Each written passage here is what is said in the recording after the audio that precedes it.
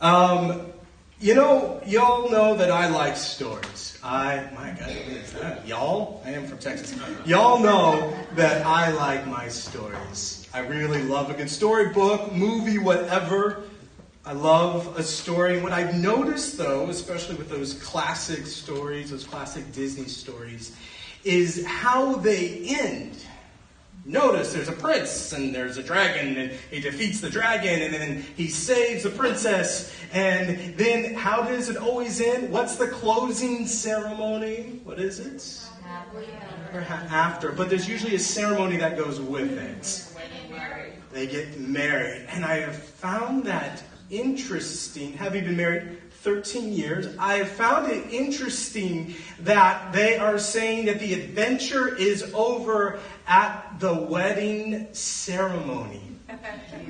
Having been married 13 years, and it's been wedded bliss, guys. It's wedded bliss. But having been married 13 years, if there's something I know, it's that the adventure isn't quite over. And so for us married folk, when they say happily ever after, what do you want to add? You want to add ... We'll see about that.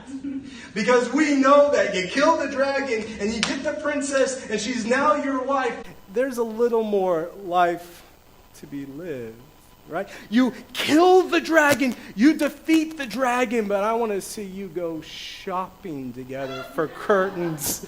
You said you were going to sacrifice your entire body, your very flesh, but now she's talking about getting rid of your NFL package, and that is not a good thing.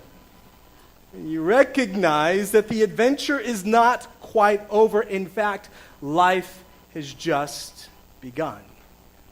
For the first 15 chapters of Exodus, at least according to Hollywood, what we would see is there is this drama, and Moses was sent to go free the Hebrew slaves, and Moses goes in by God's power and executes all of these plagues, and then there's this big grand finale, and the Egyptians are in the middle of the Red Sea, and the water comes down, and the Israelites are saved. And according to Hollywood, you would put happily ever after, but we know there's a ...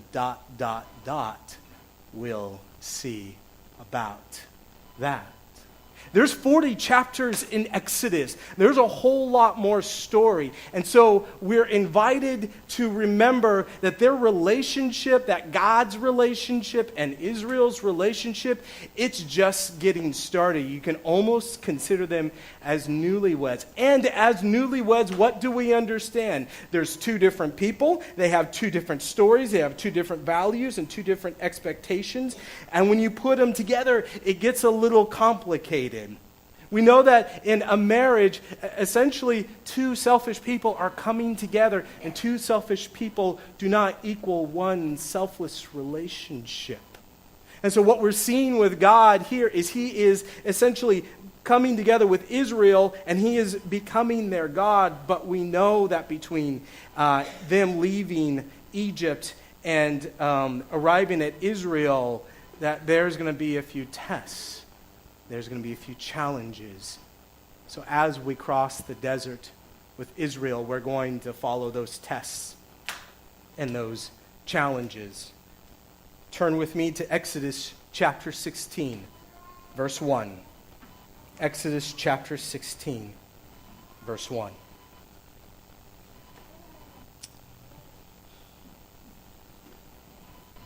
So it says, verse 1, they set out from Elim, and all the congregation of the people of Israel came to the wilderness of Sin. Okay, so Elim.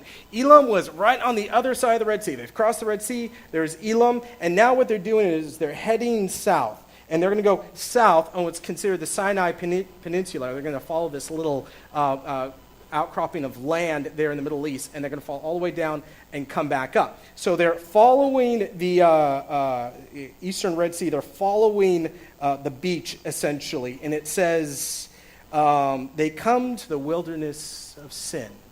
Now, the wilderness of sin, this word is actually not what we think it is. It is not regarding someone morally. Sin is actually, in the ancient Near East, it was the name of a moon god. So it's just a name of a god. And so they're in the wilderness of sin, which was between Elam and Sinai. So if you imagine it, Elam's right up here where they just crossed the Red Sea. And at the very bottom of this little peninsula, you get to Sinai. They're about in the middle.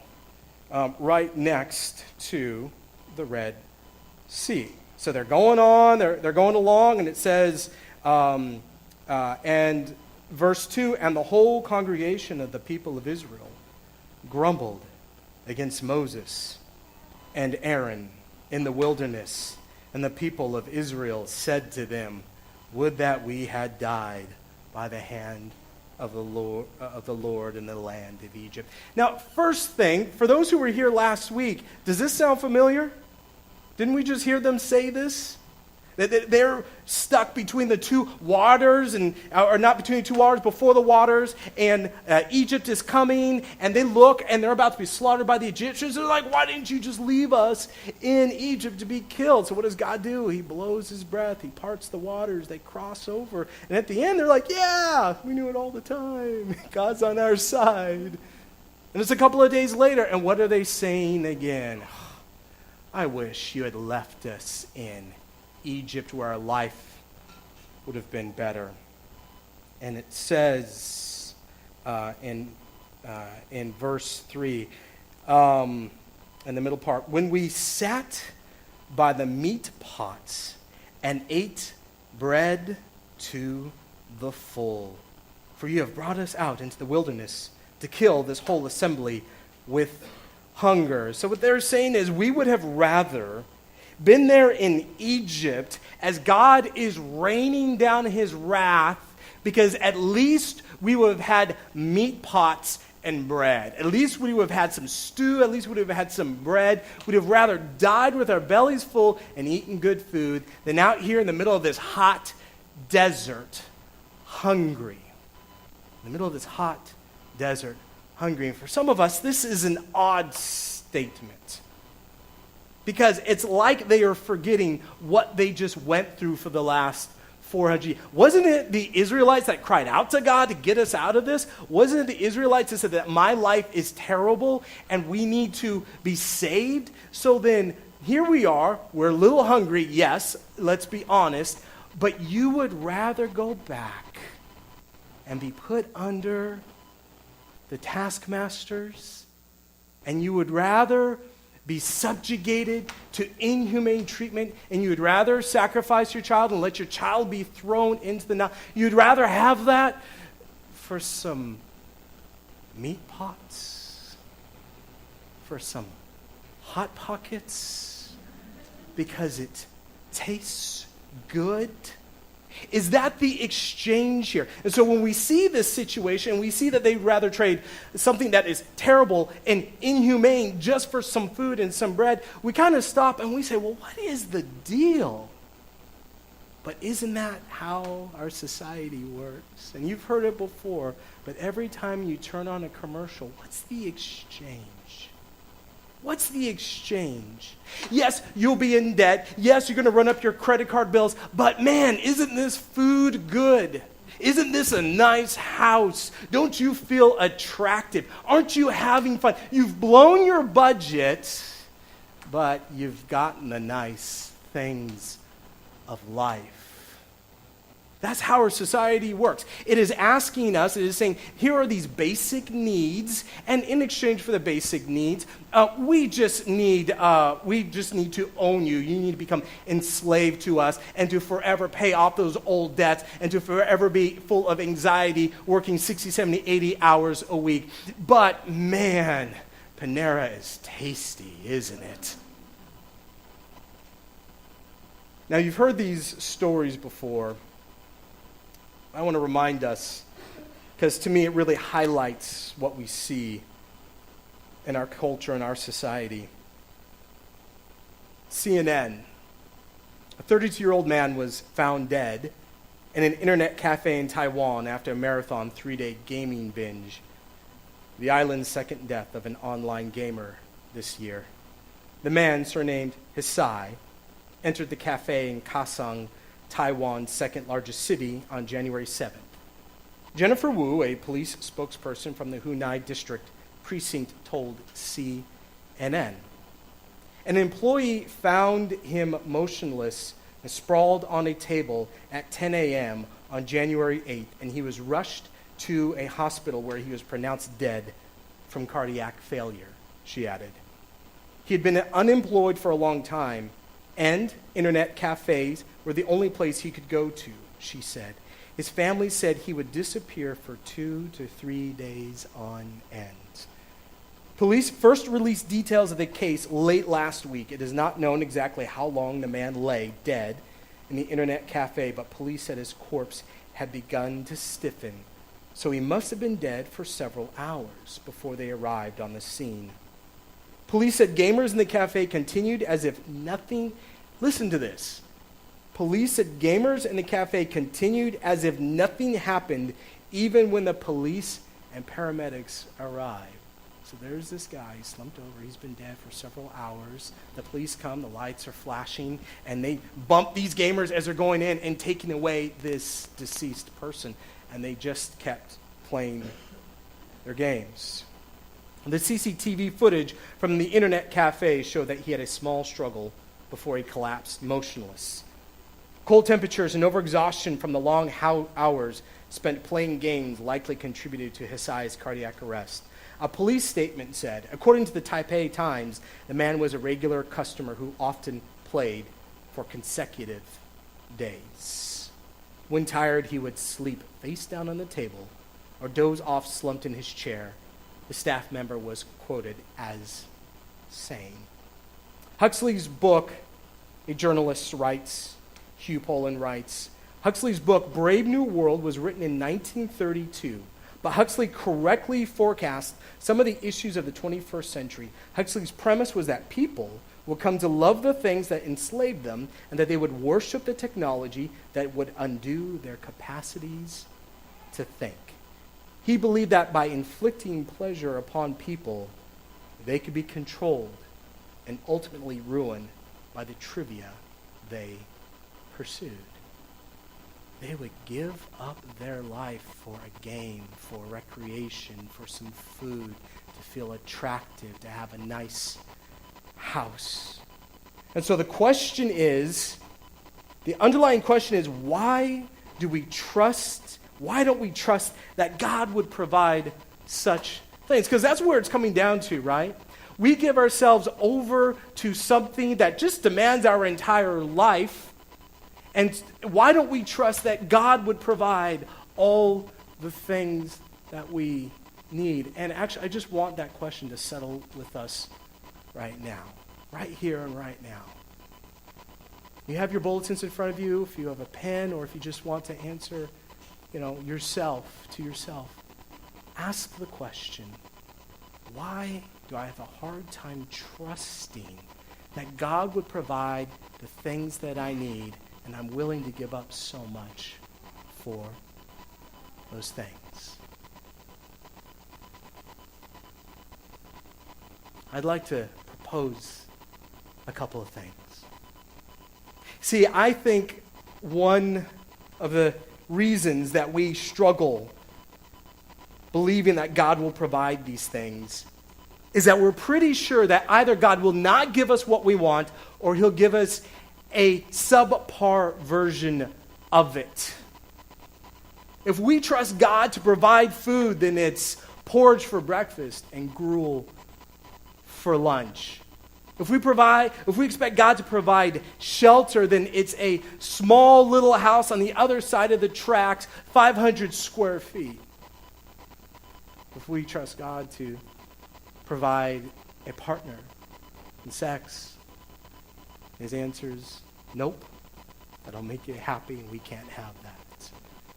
If we trust God to provide recreation, then it's another exciting game of Bible trivia, right? We believe that either God will not give us what we want or what he gives us is subpar, and that's why we have a hard time trusting. So what we see here in verse 4 is that God will actually give us the things that we need. Turn with me to verse 4. Then the Lord said to Moses, "Behold, I'm about to rain bread from heaven." I love that. I'm about to rain some bread from heaven for you. And the people shall go out and gather a day's portion every day, that I may test them, whether they will walk in my law or not. So what God is saying here is, okay, I'm going to give them what I need, but I'm going to also use this as a test. As I give them what they need, I'm going to also give them instructions. So with the things that they receive, they will also receive instructions. On the sixth day, when they prepare what they bring in, it will be twice as much as they gather daily. So Moses and Aaron said to all the people of Israel, "At evening you shall know that it was the Lord who brought you out of the land of Egypt. And in the morning you shall see the glory of the Lord, because he has heard your grumbling against the Lord. For what are we that you grumble against us?" So Moses and Aaron are saying, you're not really grumbling to us. You're grumbling to God. You're saying he's not giving you what you need. When the Lord gives you in the evening meat to eat, and in the morning bread to the full, because the Lord has heard your grumbling, that you grumble against him, what are we? Your grumbling is not against us, but against the Lord. Then Moses said to Aaron, "Say to the whole congregation of the people of Israel, come near before the Lord, for he has heard your grumbling." So he's gathering them together. In verse 10, and as soon as Aaron spoke to the whole congregation of the people of Israel, they looked toward the wilderness, and behold, the glory of the Lord appeared in the cloud. And the Lord said to Moses, "I have heard the grumbling of the people of Israel. Say to them at twilight, you shall eat meat. And in the morning you shall be filled with bread. I will give them what they're asking for. Then you shall know that I am the Lord your God." In the evening, quail came up and covered the camp. And in the morning, dew lay around the camp. And when the dew had gone up, there was on the face of the wilderness a fine flake-like thing, fine as frost on the ground. So the first thing that we see is God provides for them what they need. But now, God's going to also give them instructions of how to eat this. In verse 15, when the people of Israel saw it, they said to one another, "What is it?" For they did not know what it was. And Moses said to them, "It is the bread that the Lord has given you to eat. This is what the Lord has commanded. Gather of it." So now the Lord gives instructions. Gather of it, each one of you, as much as he can eat. So get as much as you can. You shall take an omer according to the number of the persons that each of you has in his tent. Now, really quick, I did a little research on what an omer is, and I did some cross-referencing, and down in verse 36, it says an omer is a tenth part of an ephah, which is not helpful, by the way. So what's a tenth part of an ephah? It's 1.47 liters. I still don't know what that is, but at least I recognize the word. So it's 1.47 liters. Verse 17, and the people of Israel did so. They gathered some more, some less, but when they measured it with an omer, whoever gathered much had nothing left over, and whoever gathered little had no lack. So we see a little bit of a miracle. Some people only got like 1 liter. Some people got 2 liters. But then when they brought it back to their tent, they had exactly what they needed. So we're starting to see that God is communicating something through this. And verse 19, and Moses said to them, "Let no one," so we have another instruction, "let no one leave any of it over till the morning." So what he's saying is, okay, I know what you guys are going to do. You're going to take your 1.47 liter of this manna, and you're going to store it up, and you're not going to eat it all. Why? Because you're not sure if God's going to provide any more tomorrow. Maybe he changes his mind, maybe he's grumpy, whatever it is, you're going to keep a little to yourself. So the next morning, you will have something to eat. And Moses said to them, "Let no one leave any of it over to the morning." Verse 20, but they did not listen to Moses. Some left part of it till the morning, and it bred worms and stank. And Moses was angry with them. Morning by morning they gathered it, each as much as he could eat. But when the sun grew hot, it melted. So the first thing we see here is we see that God says, okay, I'm going to give you the food that you need. I'm going to give you the life that you need. But there's something else I'm going to give you. I'm going to give you instructions of how to prepare it and how to keep it and what to do with it, how to manage it. So, food, but instructions that go along with it. Now, this is the point in the Bible where a lot of us are like, see, this is why I don't go to God.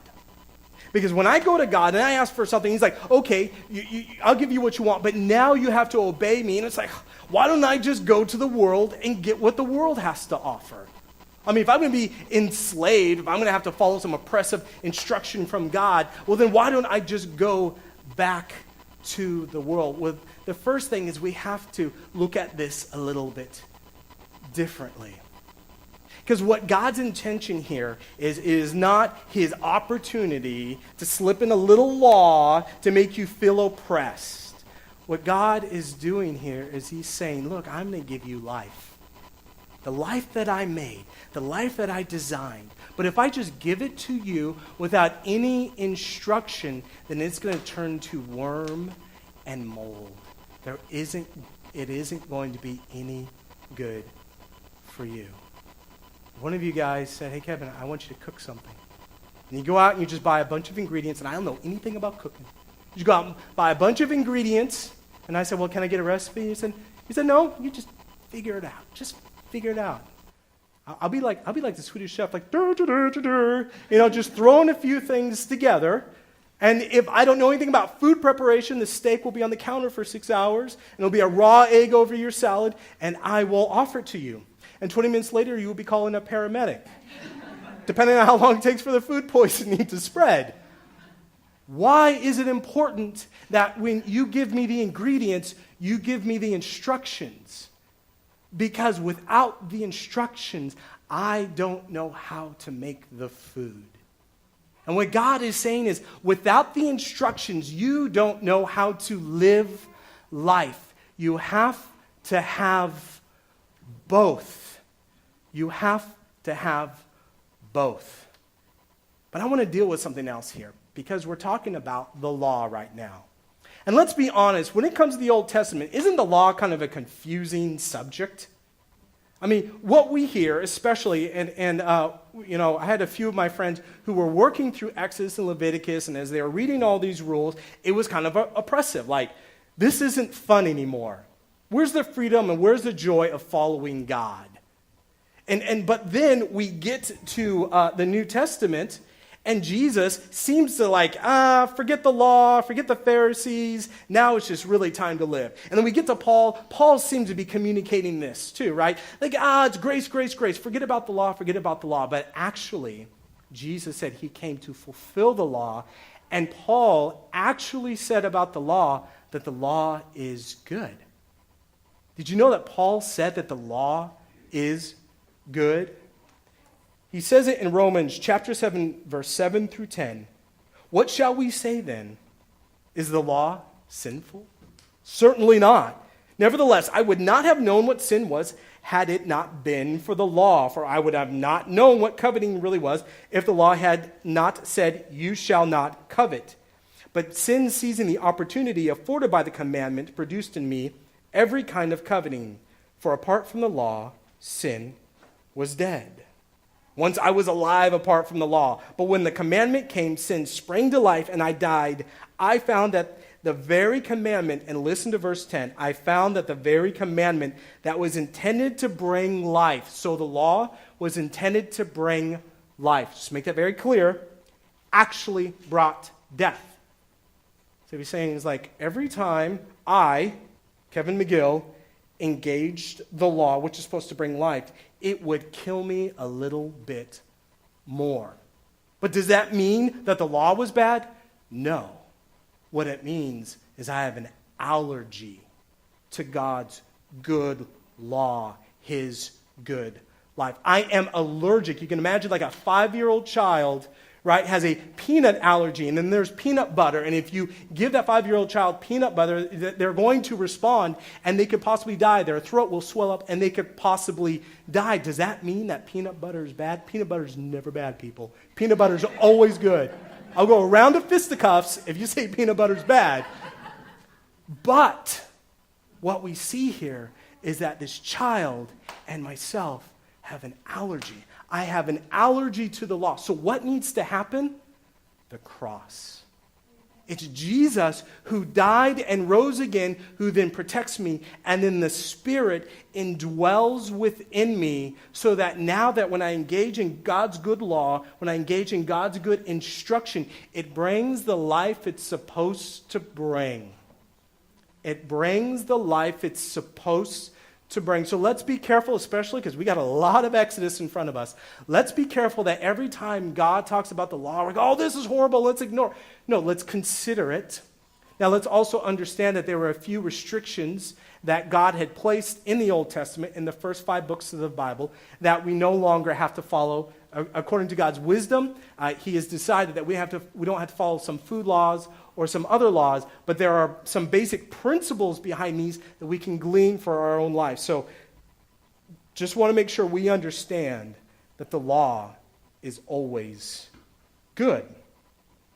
Okay, so if these instructions that God has given to them is good, why are they good? What's good about these instructions? So verse 22, on the 6th day, they gathered twice as much bread, 2 omers each. And when all the leaders of the congregation came and told Moses, he said to them, this is what the Lord has commanded. So now we have another rule. Tomorrow is a day of solemn rest, a holy Sabbath to the Lord. Bake what you will bake, and boil what you will boil, and all that is left over lay aside to be kept till the morning. Verse 24. So they laid it aside till the morning, as Moses commanded them, and it did not stink, and there were no worms in it. So essentially what's happened, God is saying, I want you to take a day off. Every 6 days, I want you to take the 7th day off.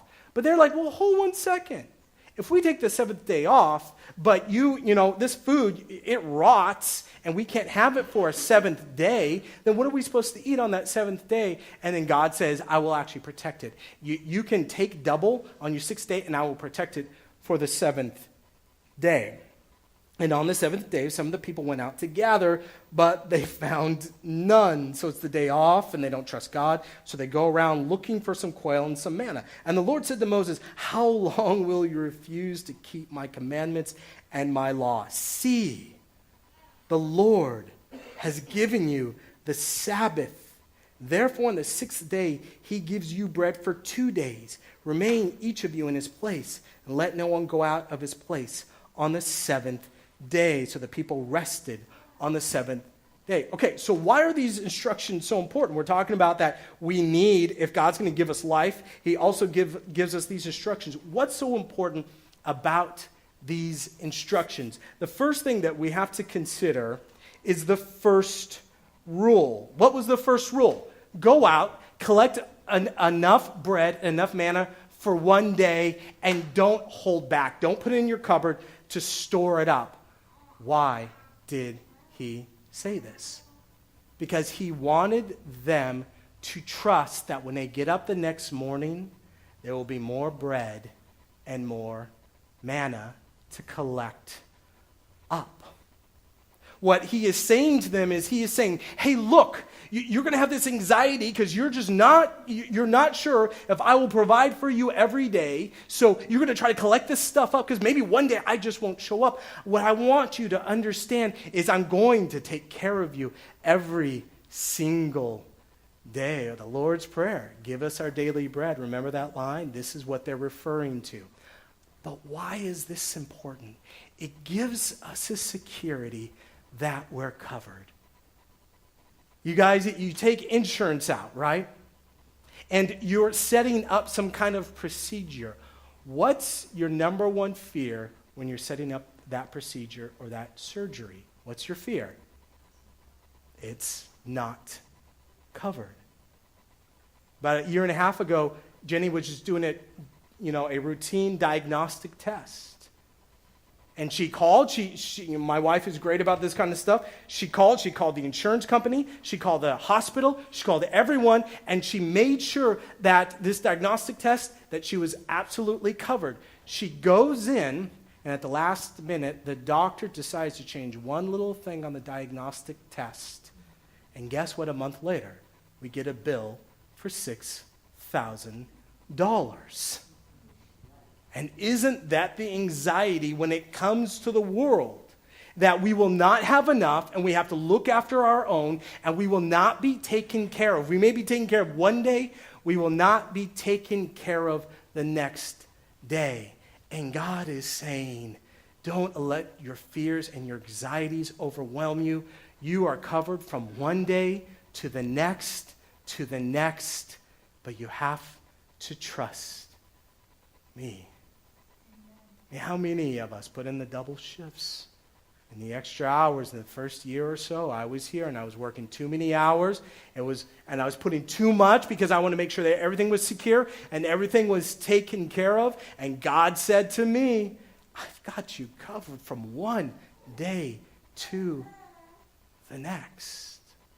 How many of us put in double energy and double passion, but at times even double anxiety into making sure that our children are raised just right because we want them to meet the right friends and the right spouse and have the right career to make sure that they're taken care of tomorrow. Well, God is saying that I have your tomorrow covered. Just focus on today. And when we focus on today, it changes our disposition. It changes our heart. Because I remember just growing up, and I remember the anxiety and the stress that my parents, and I definitely don't judge them, because I understand what it means to have, at least at some level, these responsibilities, even here at work, these responsibilities, and if I don't pull through, then something bad's going to happen. But I remember the anxiety and the stress that my parents had in raising me. And so in raising me, did they make sure I went to the right schools and met the right people? Absolutely. But see what happens, I also caught the anxiety and the stress and the fear. But when we remove that from our families, when we remove that from our work, when we remove that from our relationship, and we trust God for the day, then we walk in peace and assurance with Him. But there was a second instruction. And what was the second instruction? It wasn't necessarily about the day-to-day. It was now about this day of rest. Now, God wants them to, on the sixth day, collect up twice the amount. He says, I'm going to have you collect up twice the amount. Now, this seems to go against his other instruction, but he's saying, no. I want you to collect up twice the amount because on the seventh day, I just want you to rest in me. I just want you to put your heart in me.